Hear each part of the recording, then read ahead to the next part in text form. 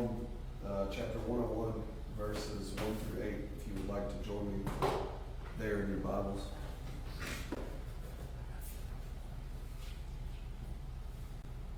Again, Psalm 101, verses 1 through 8.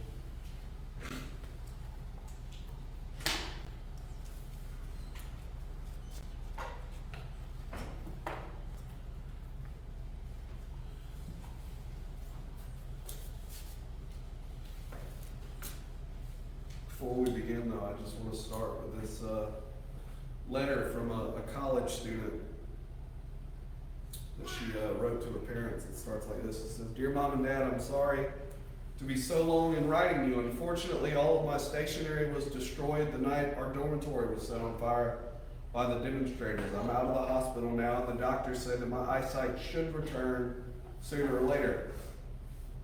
The wonderful boy, Bill, who rescued me from the fire, kindly offered to share his little apartment with me until the dorm is rebuilt. He comes from a good family, and so you won't be surprised when I tell you that we're going to be married. In fact, since you've always wanted a grandchild, you'll be glad to know that you'll be a grandparent in several months. Signed, your loving daughter." And then it says, "P.S. Please disregard the above practice in English composition. There was no fire. I haven't been in the hospital. I'm not pregnant. I don't even have a steady boyfriend, but I did get a D in French and an F in chemistry, and I just wanted to be sure that you received the news in the proper perspective." Goodness. That sounds like something. Getting things in the proper perspective is critical.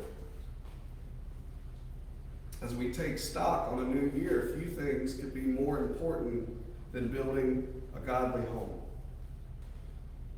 Psalm chapter 101, verses 1 through 8 tells us, "I will sing of your love and justice. To you, Lord, I will sing praise. I will be careful to lead a blameless life. When will you come to me? I will conduct the affairs of my house with a blameless heart. I will not look with approval on anything that is vile. I hate what faithless people do, but I will have no part in it. The perverse of heart shall be far from me. I will have nothing to do with what is evil. Whoever slanders their neighbor in secret, I will put to silence. Whoever has haughty eyes and a proud heart, I will not tolerate. My eyes will be on the faithful in the land that they may dwell with me. The one whose walk is blameless will minister to me. No one who practices deceit will dwell in my house. No one who speaks falsely will stand in my presence. Every morning I will put to silence all the wicked in the land. I will cut off every evildoer from the city of the Lord." This is the foundation. Whatever your role is in the family, this is your responsibility. If you're the father, building a godly home will obviously require a personal commitment, but if the mother doesn't make it a priority, we'll have a tough time getting the job done. Just as she would if he does not make it a priority. Every member of the family has to help with this work. Every child and every family member that perhaps has come to live with the family. When Greg Swindle pitched for the Cleveland Indians, the games didn't always go his way. In fact, after 16 years in the majors, he won 123 games, but he lost 122. And you just think the pressure's bad. For Greg, thousands of people were there to cheer his success and to boo his failures. But if you could have ever gotten a good look at Greg's baseball cap, you would have seen one of the secrets to how he kept his cool.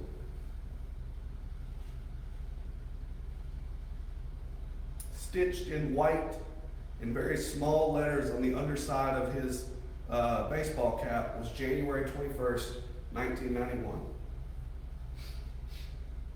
But what's the importance of that date? It was the day that his daughter Sydney was born. So when things are going badly, or when he was getting shelled, he could take it off and look at it and know what he had to look forward to when he got home. So whether you stitch a date on your cap or you simply keep a photo on your desk. Visual reminders of where your priorities lay will help you through any day, as long as you make it a priority. Anna and I had this conversation earlier this week. Yeah. Well, no, it's new, whatever.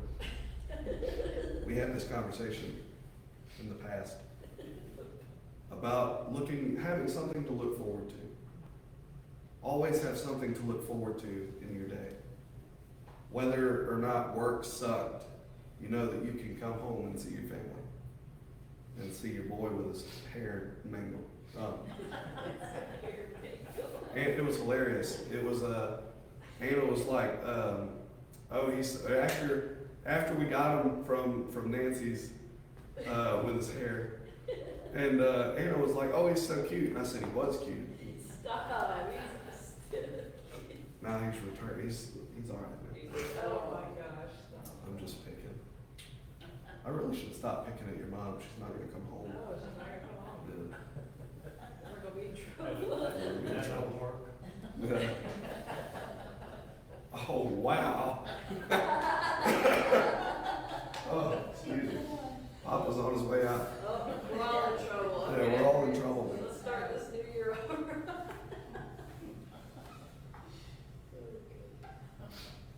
Verse- Feel free to rent out my room. Oh, okay. Sorry. All right. Got it. We'll rent it to Marty. Verse 2 says, I'll be careful to lead a blameless life. You see, if the emphasis on this sentence is blameless or perfection, the job seems a little too difficult. Failure will greet you almost immediately, for no home is perfect. But if the emphasis of your intentions is on the first part of this sentence, you might just make it. The first part of the sentence says, I will be careful. The psalmist asks the question, when will you come to me? And the answer is right here, when you are careful or intentional in taking steps to make your home godly. God will indeed show up when we take care to avoid the landmines of temptation, of sin, of greed, of wrong attitudes and violence. Then our homes will take on that air of godliness that we desire. And verse 2 continues and it says, I will walk in my house with a blameless heart. You realize how life-changing this instruction could be for families today? If on the eve of a new year, we literally walk through our homes, we might immediately see some things that need to be changed, things that need to be done in order to make our homes more godly.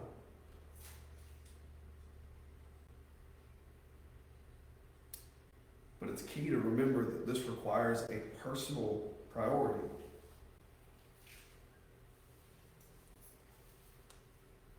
If each member of the family isn't committed to building a godly home, it won't work. It doesn't just happen. You have to be intentional. You have to be careful.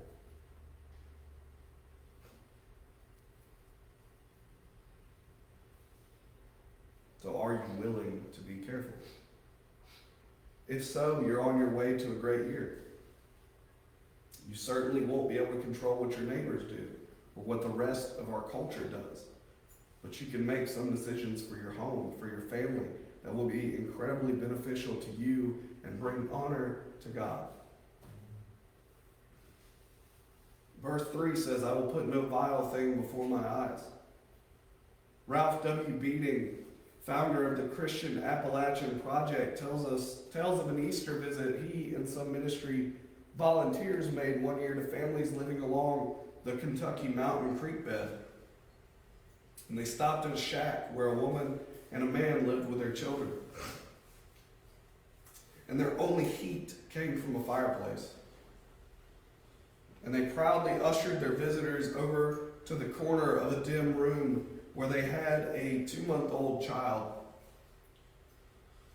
And this baby wasn't in a crib, wasn't in a bassinet, wasn't in a cradle, or even a pillow-lined basket.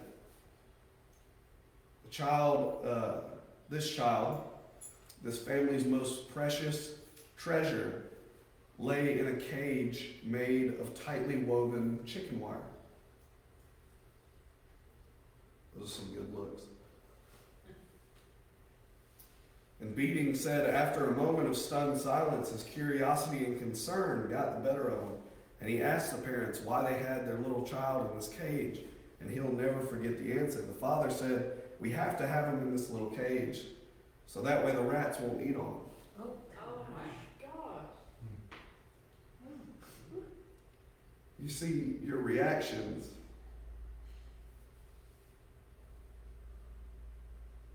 it wasn't cruelty that motivated the father. When he took the chicken wire and he built the cage, on the contrary, like nearly every parent, he deeply loved this newborn child so much that no doubt he built every bit of that chicken wire cage with love in his hands. And a desperate hope in his heart to protect his child. What kind of cages have you built in your home?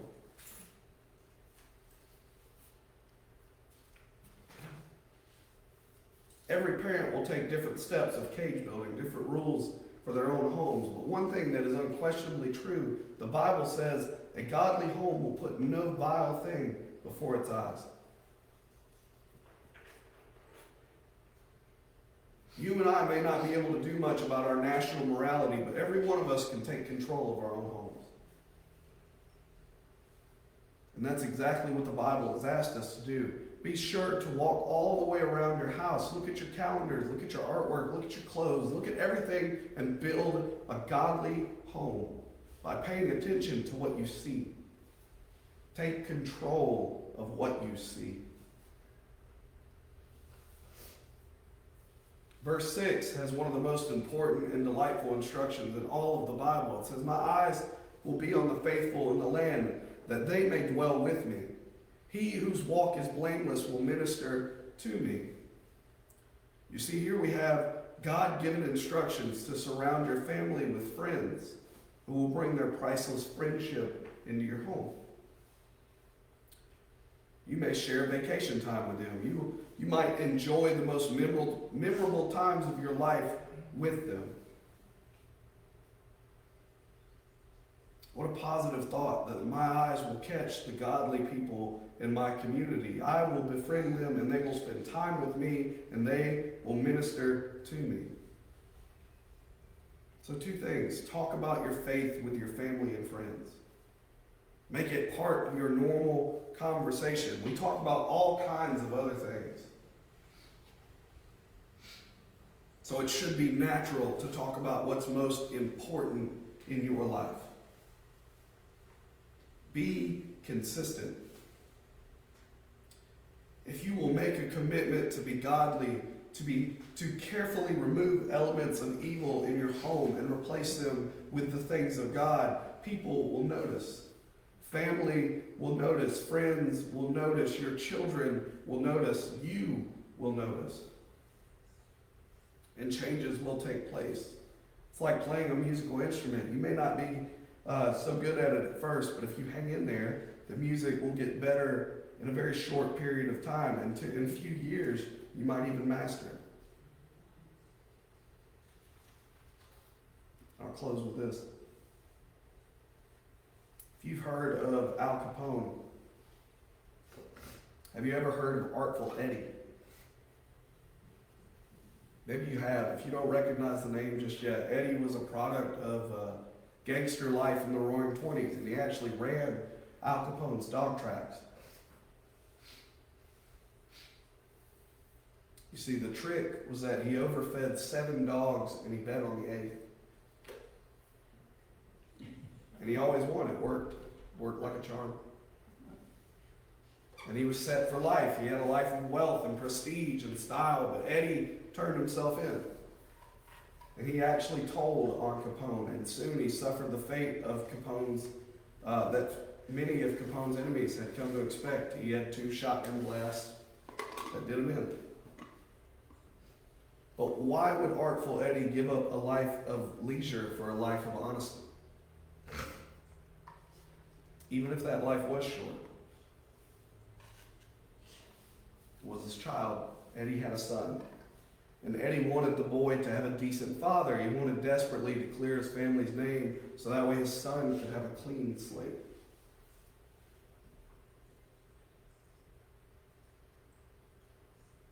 And this man who wanted to give his son a chance at decency never got to see what would happen next. But his child's name was Butch, and Butch was a kid with potential. He was appointed to the Annapolis Commission as a Navy pilot, and he became a record-setting fighter in the Pacific during World War II. And by the time that Butch came home, he was wearing the Congressional Medal of Honor around his neck. Butch was such a hero that his hometown named its airport after him, Chicago's O'Hare Airport.